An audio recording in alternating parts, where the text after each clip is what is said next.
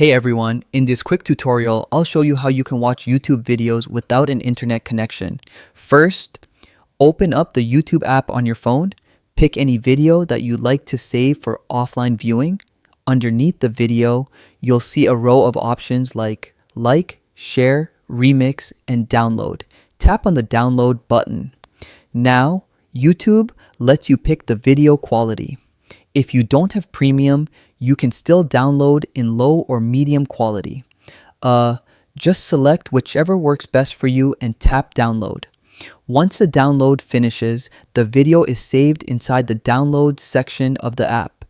You can get there by tapping the library icon at the bottom, then choosing downloads.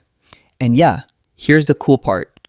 Even if you turn off your internet or go totally offline, you can still play the video. Just open downloads and tap it. It'll play right away without a connection. And that's it. Now you know how to enjoy YouTube videos anywhere, even without internet. So if this little walkthrough was helpful, don't forget to hit like and subscribe for more quick tips.